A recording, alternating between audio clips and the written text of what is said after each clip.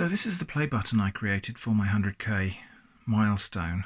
Now, I'll just say a few things about what this actually is and the process of creating it as well. I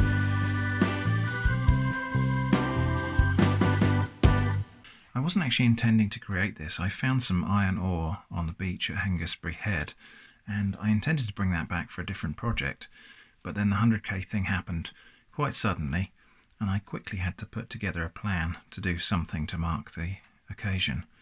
And so I had a go at smelting iron, and it wasn't easy, but I have actually made metallic iron. I don't know if it was clear enough in the video about this, but so this part here is metallic iron.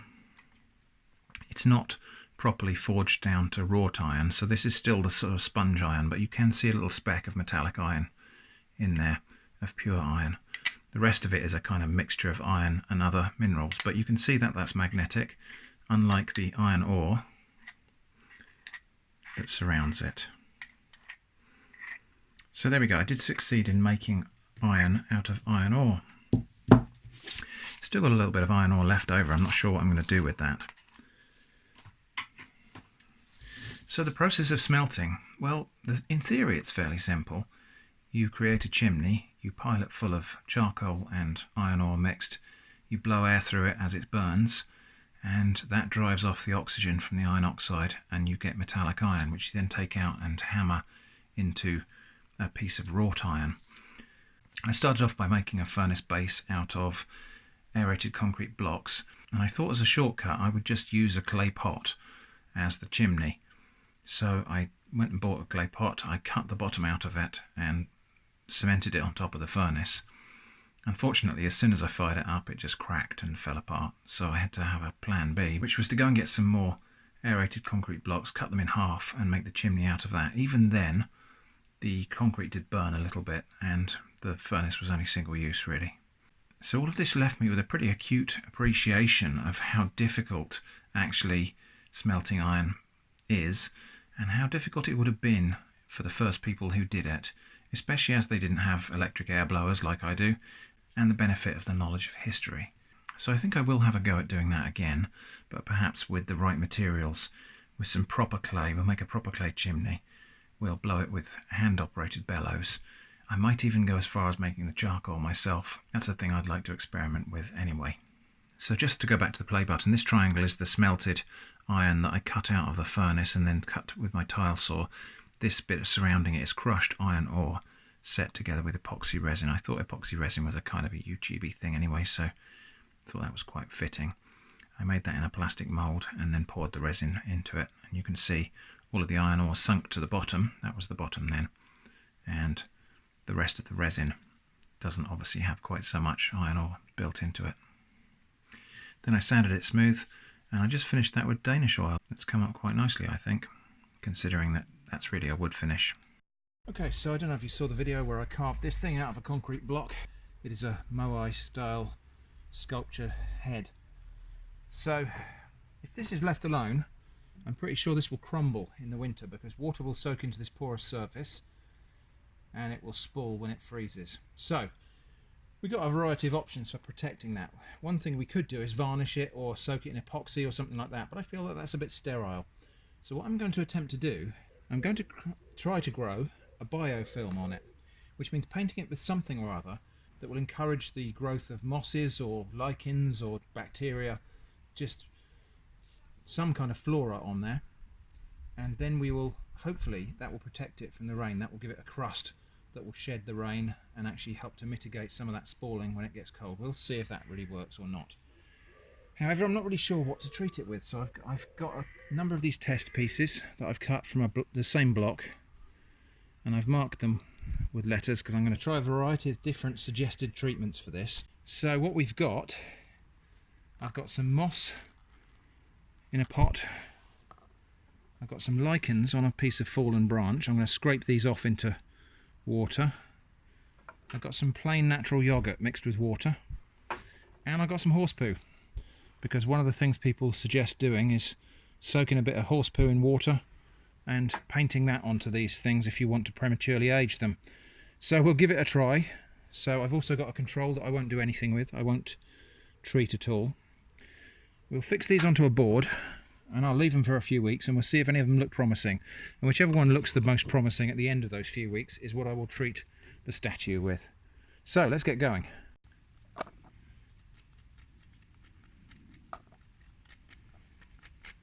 Okay, so our first block is the control. I won't do anything at all with that one. And then after that we'll paint on a dilute mixture of natural yogurt.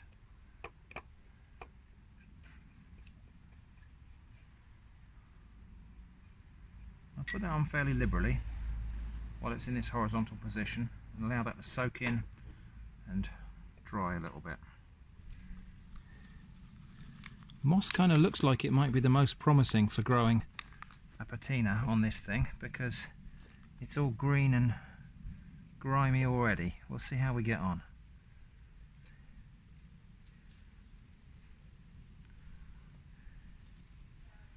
Okay, now lichen.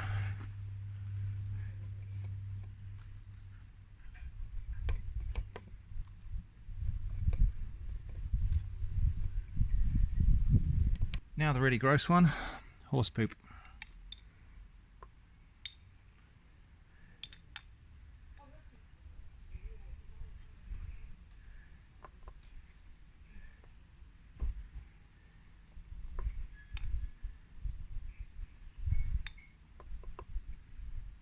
Okay, and finally, what I think we're going to do now is do the last block.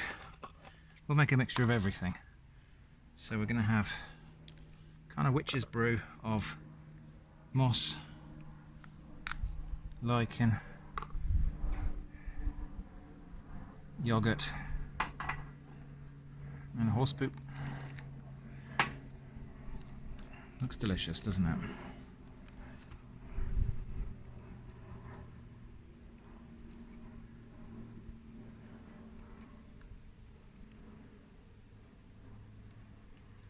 So that's everything on that one. Okay, so we'll just give these a little spray of water every now and again, and I'm just going to leave them fixed there on the fence out of the way of the dog for a couple of weeks, and we'll check back on them. And whichever solution looks like it works best is what will go on the statue. At the moment, literally only after 24 hours, the moss is looking like it might be actually doing something already. Meanwhile, if you've got an idea for a name for this guy, let me know in the comments. Maybe we could call him Manuel.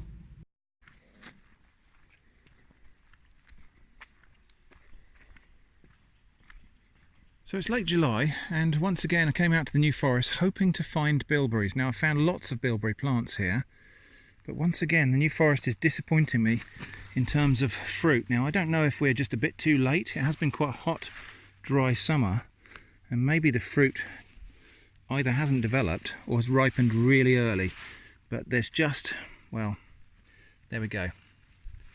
That's the entirety of the bilberries that I've found today. Really just one or two. Now, hopefully we'll get enough in this little patch here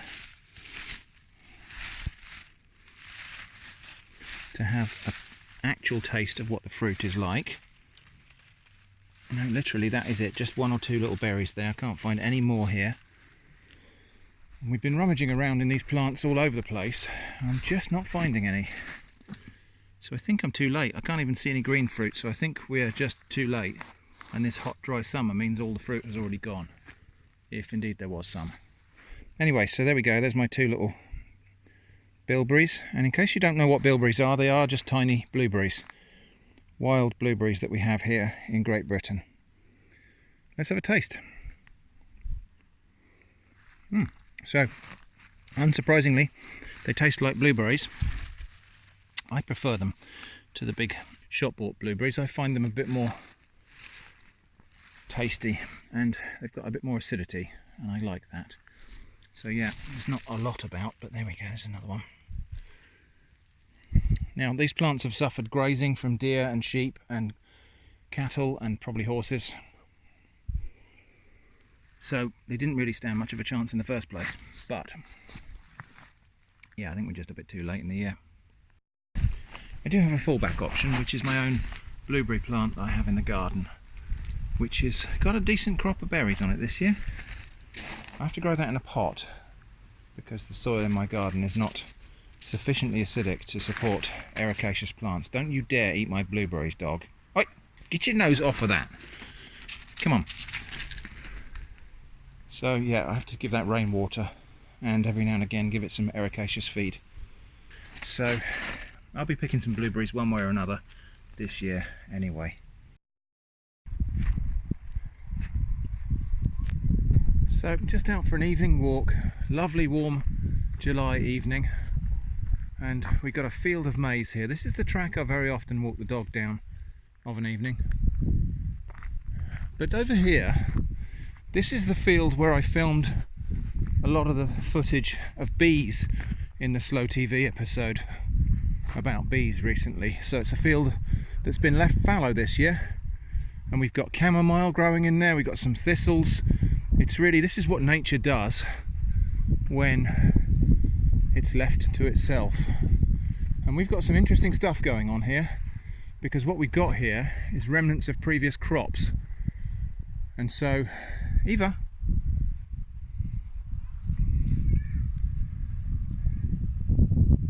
come on this way.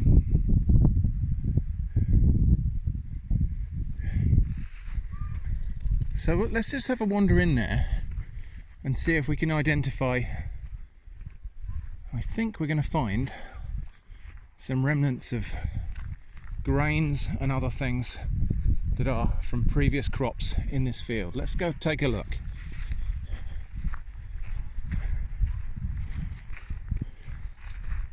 So yep, straight away, right here we've got barley. Not particularly healthy looking barley, but that is genuine, not wild barley, that is cultivated barley. What else can we see here? Let's have a look around. That looks like rye to me. Now I don't know whether that's feral rye or whether it's just wild rye. But I did see also, yep, over there. So here we are, these is oats. These sort of feathery looking grasses here, these are oats, and I can feel that that's heavy with seeds. So actually I think what we might do here is glean some oats. So I'm going to pick some of these and see if we can make porridge. So these are the oats that I gleaned from that field today. Now don't worry that they look a little bit dark. That is actually normal for oat seeds. Let's just have a look inside of this husk and see if we can tease out the grain. Now normally this process would be done by either a machine or it could be done by hand. The process is called threshing, and normally you'd bash them and the grains would fall out. But there we go, that is the oat seed. That's the oat groat. Now, I haven't got an awful lot of seeds here, so I might just sit here and pick through them and get them out of the husks that way. So I might just see if I can get enough oats to make a tiny spoonful of porridge. Now you may be unfamiliar with the word gleaning from this context, but actually it's where it comes from.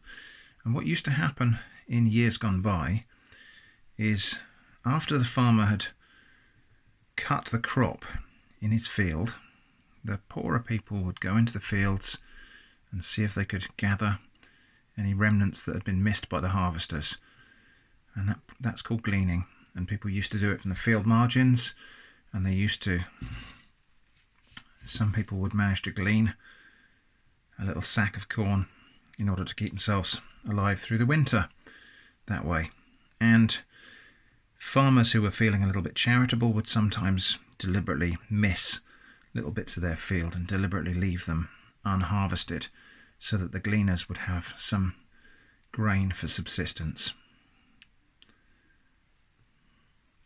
Anyway, this is going to take me a little while, clearly, so I'll come back when this is done. So I've manually picked out some little oat grains there. That's the husks from there. That's by no means all that I picked, but actually my fingers are getting sore now. That's not the right way to dehusk oats, but for the purposes of this experiment, it will suffice. So let's just have a look at one of these oat grains, and I'll see if I can show it to you in a form that you might recognise a little bit more readily. So if I just put it in that spoon there and crush it, there we go. It starts to look like the kind of oats that we're accustomed to seeing in our breakfast cereals. So I've succeeded in dehusking about a teaspoonful of these oats. I'm going to crush those. I'm going to take that downstairs and put a couple of teaspoons full of milk on there and cook that in the microwave, and then we're going to have our little taste of porridge. I'm not going to prepare any more than that because, as I say, that's not the right way to dehusk oats, and I haven't got the right method. In fact, I don't think these are completely ripe. I think the seeds would have come out a bit more easily if they were. Anyway, back in a moment and we will have a taste of foraged porridge. Right, well, it's by no means easy to cook such a very tiny amount of porridge, and really this probably is a little bit undercooked. Porridge should be kind of cooked until the starches all mix into the milk and thicken it, or water indeed if you make it with water. But anyway, hopefully this is going to give us an idea. So I've got just about 2 teaspoons full of my foraged porridge.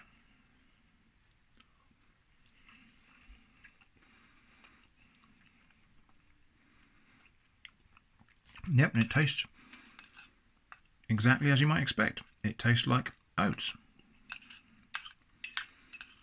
Perhaps a little bit more chewy than the oats I'm accustomed to. But yeah, that's fine.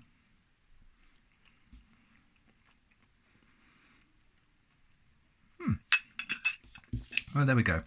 That was just a little bit of gleaning. So there's a little area of land near where I live which has gone a little bit tall in the weeds. The council's been a bit late in coming around and cutting the grass here, and so the weeds have actually grown up quite tall, including this, which is common ragwort. Now, common ragwort is quite a toxic plant. Most creatures cannot eat this. In fact, it's quite dangerous to horses. Not when it's fresh like this, but when it dries out, it loses its bitter taste and the horses can't tell it from hay. And it actually does cause fatalities in ponies and horses. However, there is one thing that can eat this plant. Let's go and see if we can find some.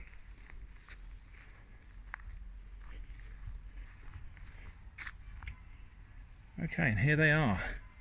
These are the caterpillars of the Cinnabar Moth. These are quite juvenile specimens. In fact, there's some quite tiny ones there. There's a slightly larger one. Let's have a look at that one. There we are. So, as in many cases in nature, this black and yellow striped pattern is a warning. Now, not only are these caterpillars able to eat this poisonous plant, but they are in fact in themselves toxic and bitter tasting, apparently. And actually this is part of the survival strategy for these caterpillars. 1 or 2 caterpillars from every sort of brood will probably get eaten by birds, but the birds will quickly learn that the black and yellow striped caterpillars don't taste good and will learn to avoid them. So 1 or 2 caterpillars get sacrificed, but the population survives.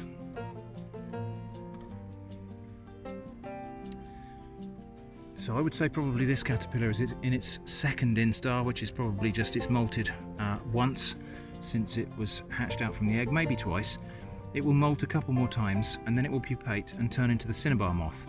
And the Cinnabar Moth is like a metallic blue colour with red spots. Really quite a striking creature. So there we are, that's the Cinnabar Moth caterpillar. Now, I hope that was interesting. Thank you so much for watching, and I hope to see you again soon.